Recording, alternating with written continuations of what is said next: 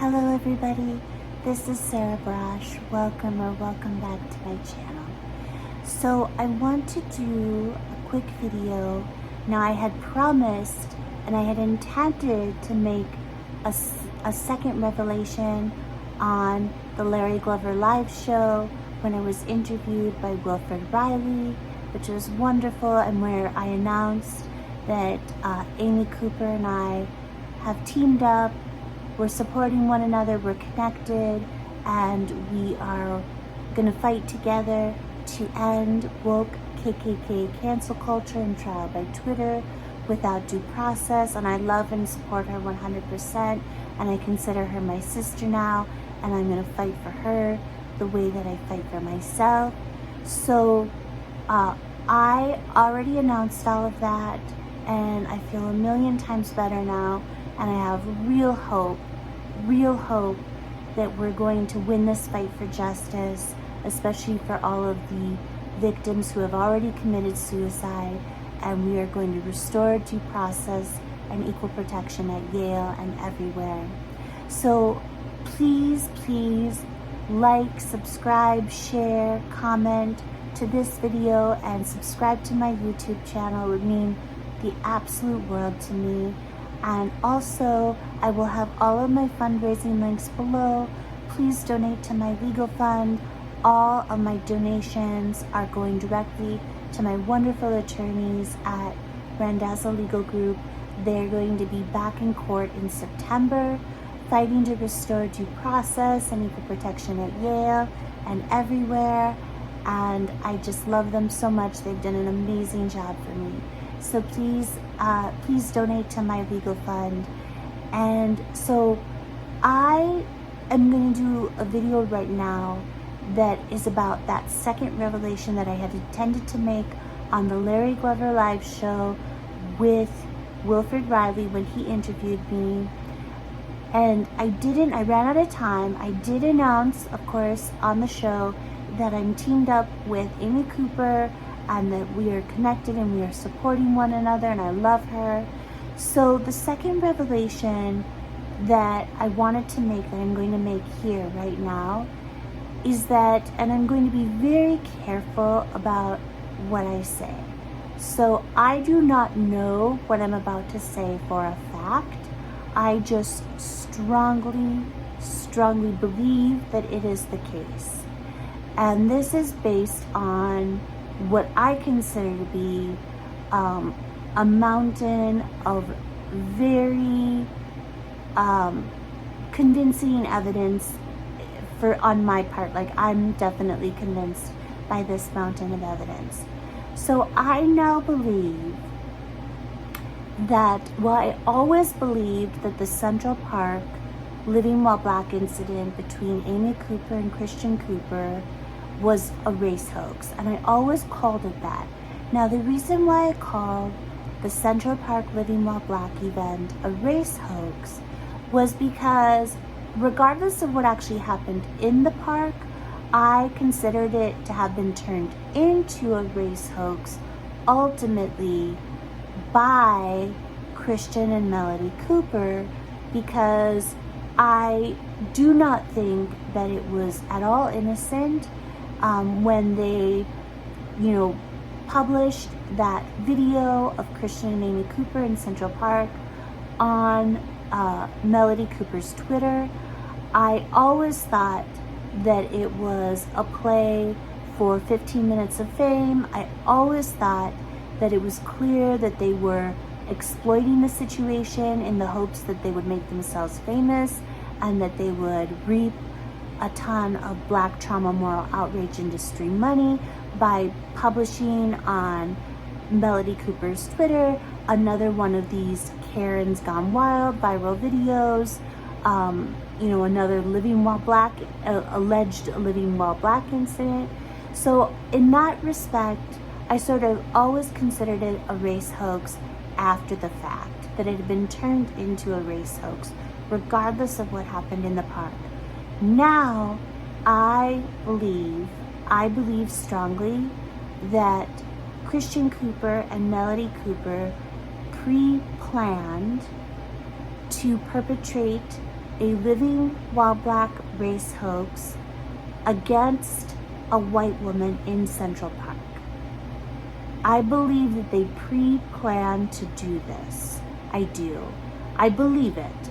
Do I know it for a fact? No. The evidence that I have is just, well, one, knowing everything that Camille Foster, who has been very supportive of Amy Cooper, the journalist, uncovered about Christian Cooper's history of being very antagonistic and combatant with dog owners regarding them having their dogs off leash in Central Park. Things that he said at some sort of community meeting about wanting more police in the park to police dog owners, to stop them from letting their dogs off leash. So there were other people, including a black man, who actually got into a physical confrontation with Christian Cooper over his dog being off leash in Central Park. So definitely that's part of the mountain of what I consider to be very persuasive evidence that led me to believe that this was event was pre-planned. I don't know that Christian Cooper specifically planned to do that day. I think he was just waiting for an opportune moment to do this.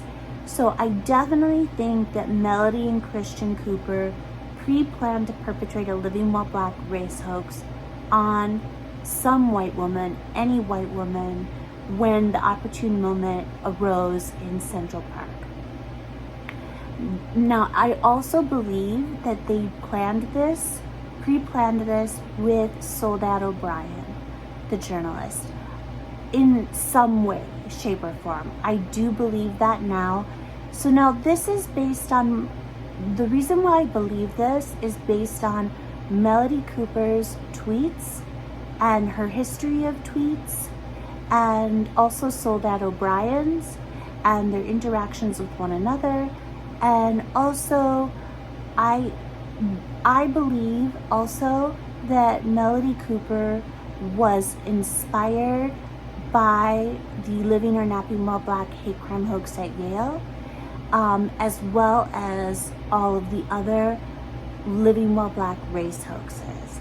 And I believe that she did this in part to sell it as a telescript for a Law and Order SVU episode.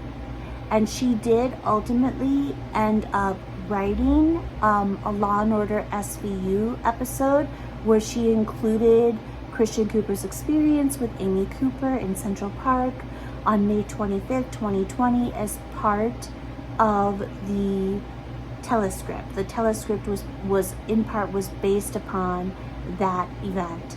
And she actually has tweeted about doing this.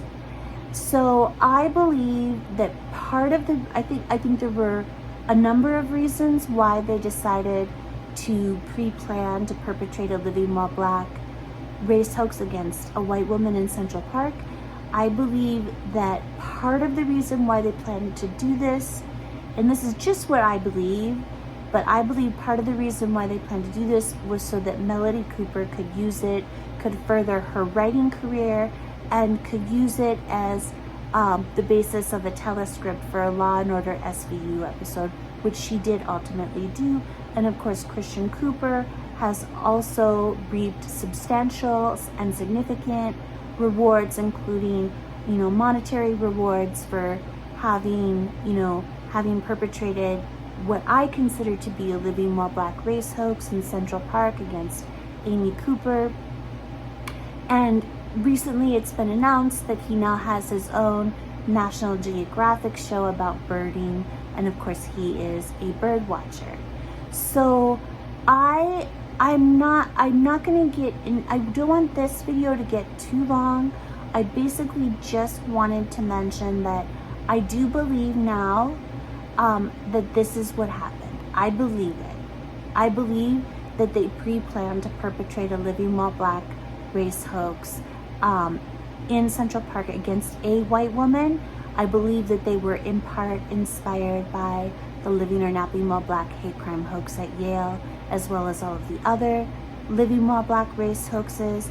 And I believe, I think it's for me, I'm very persuaded by the history of Melody Cooper's tweets in particular. And she says things, I don't want this video to get too long. I will make more videos about this. I will make blog posts about this. I will post all of the screenshots and archives of all of the tweets that led me to believe this. But I do now believe this. I believe that Melody Cooper and Christian Cooper pre-planned, and Soledad O'Brien, I believe she pre-planned to distribute the video, the subsequent resulting video, to her, audience of millions, on behalf of Melody and Christian Cooper after they were successful in perpetrating a Living While Black race hoax in Central Park against a white woman. And I think that I'm very persuaded by Melody Cooper's history of tweets. Okay, I do not want this video to get too long, so I will make more blog posts, I will make more videos about this. I just want to make clear that this is just my belief based on my reading of the entire history of Melody Cooper's tweets. I believe it. I don't know it for a fact, but I believe that this is what happened now. I do, I really do. So I'm gonna have all of my fundraising links below. Please donate to my legal fund. And I love you all so much. And have a great night, and I'll talk to you soon.